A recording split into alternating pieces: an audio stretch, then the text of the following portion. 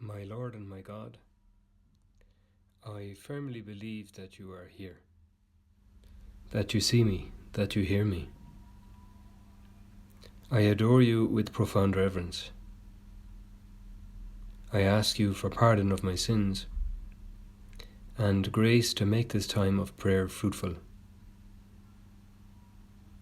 My Mother Immaculate, Saint Joseph, my Father and Lord, my guardian angel, intercede for me. Lord Jesus, today we rejoice in such a joyful and beautiful feast, the feast of all the saints. Each and every saint, whether they're canonized or not, is a source of great joy, of brightness, of radiance in our lives and in the world. But what about a feast that embraces all the saints, all those who are canonized and beatified, and all those who may never be canonized and beatified, probably the great majority of the saints? What a radiance, what a brightness, what a joy today. The Gospel situates us on that high mountain where you, Lord, have chosen to teach us. I guess you often go up mountains to teach because there's easier visibility, there's better acoustics, we can see you, we can sit at your feet down the slope, and we can all see you upwards. And then you say these words: "Blessed are the poor in spirit, for theirs is the kingdom of heaven. Blessed are those who mourn, for they will be comforted. Blessed are the meek, for they will inherit the land. Blessed are those who hunger and thirst for righteousness, for they will be satisfied. Blessed are the pure of heart, for they will see God. Blessed are the peacemakers, for they will be called children of God. Blessed are they who are persecuted for the sake of righteousness, for theirs is the kingdom of heaven. Blessed are you when they insult you and persecute you, and utter every kind of evil against you falsely because of me. Rejoice and be glad, for your reward will be great in heaven." These words, the Beatitudes, blessed are the pure in heart, blessed are the peacemakers, often translated as happy are the pure in heart, happy the merciful, happy the peacemakers. These words, which at times appear in books of Catholic apologetics, those books which help us to explain the truth of the faith from a purely rational point of view. It's often said of these words, the Beatitudes, that they show the divinity of you, Lord, because they're so sublime, so simple, so beautiful, and so true that no one could ever invent them or compose them. They show that you are God. And surely this is true.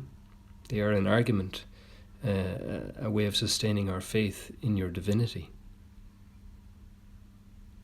These words of the Beatitudes also, of course, are a portrait of Jesus Christ. All those virtues, all those good qualities of peacefulness, of mercy, of purity of heart, those who mourn and those who suffer, those who carry out justice, those who are falsely persecuted. All those qualities, all those virtues speak of you. So when we meditate on today's Gospel, and we do well to bring it calmly to our prayer at our own pace, we are seeing the different strands, the different strokes that make up the portrait of Jesus Christ, his infinitely rich and beautiful personality. That's what the Beatitudes are. Of course, the Beatitudes are also a portrait of the saint, of a holy woman or of a holy man. And this makes sense, because if the Beatitudes compose your portrait, Jesus, they certainly also compose the portrait of those who have made you present in their lives, who have let you live in and through them. They are the saints. They are the saints. And it's all about happiness. It's all about joy. Happy are the poor in spirit. Happy the peacemakers. Why is this? Because holiness, virtue, closeness to God always unmistakably brings joy. It brings a deep joy, even at times a joy that can be combined with suffering. And we know that in many of the saints, there's been a great deal of suffering that has always gone alongside joy. Perhaps in the church these days we're mindful of Saint Therese of Lisieux because of the Holy Father's recent apostolic exhortation on the 150th anniversary of her birth. And it's a beautiful portrait of Therese of Lisieux. And we realize the beauty, the happiness of her spirit of being a little child before God, which was not in contradiction with the fact that she also had a great deal of suffering in her life. This is a mystery. Love and happiness often go hand in hand with suffering in the lives of the saints. That's why if you and I go through a tough time, maybe now we could be going through a tough time for whatever reason, we know that we're not alone. We know that we're living the mystery of Christ. That if we share somehow in his cross, we're also sharing in his resurrection. And that's why in the lives of the saints, joy and peace can go hand in hand with suffering, because it's the mystery of Christ being present in them and through them. We can always grow in holiness, and that's what we can consider on today's feast, that these virtues that the Church presents to us today, well, that you, Lord, present to us in the Holy Gospel, in the Beatitudes, they are like signposts towards heaven. It's like a summary of the trajectory towards heaven, those virtues. And we can always grow in them, and this gives us great hope. And it's a win-win situation, because,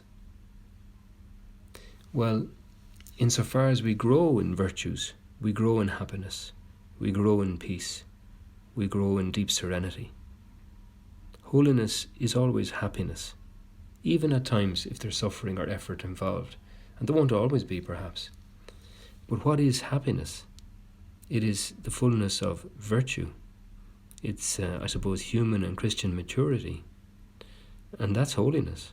So it's the same thing. No wonder the Beatitudes are called the Beatitudes. Beatus or beata in Latin means happy, also translatable as blessed. I remember a young man who went away to do voluntary work in a very poor country for a period of his life. He was very generous, and he gave up money and time and energy to do that work. And then finally the time came for him to leave it and return to his own country. And the night before he left, the people he had been working with and helping were very effusive in their gratitude, in their thanksgiving, in their praise for him. But he said afterwards that he had got way more out of that service he had done than they had ever received from him. That he had been the first one to benefit. And this is always true. It's in giving that we receive. And we see this in the lives of the saints. Today is also a very happy feast, because we realize that in the struggle to grow in holiness, we're not alone. We're not alone.